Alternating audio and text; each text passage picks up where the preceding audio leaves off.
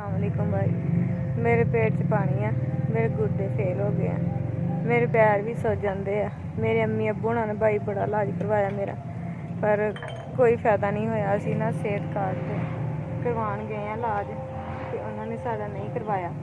उन्होंने कहा कि हुकूमत देगी है तो सेहत कार्ड से नहीं इलाज होना।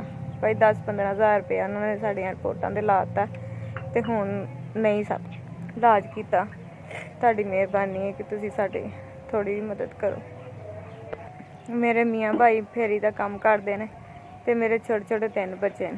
मेरे घर के बहुत हालात माड़े ने कि बच्चों को कपड़े भी नहीं लैके दिते जा रहे। ਤੁਹਾਡੀ ਮਿਹਰਬਾਨੀ ਵੀਰੇ।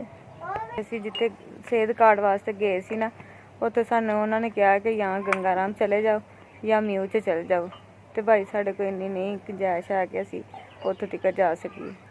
भाई 7-8 दिन हो गए ने, मेरी ज़्यादा ही तबीयत खराब होंदी है, दर्द बहुत ज़्यादा होंदी है मेदे विच।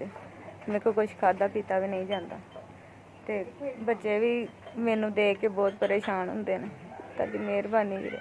साल तो मैं बीमार हाँ भाई, साल हो गया मैनू बीमार होए।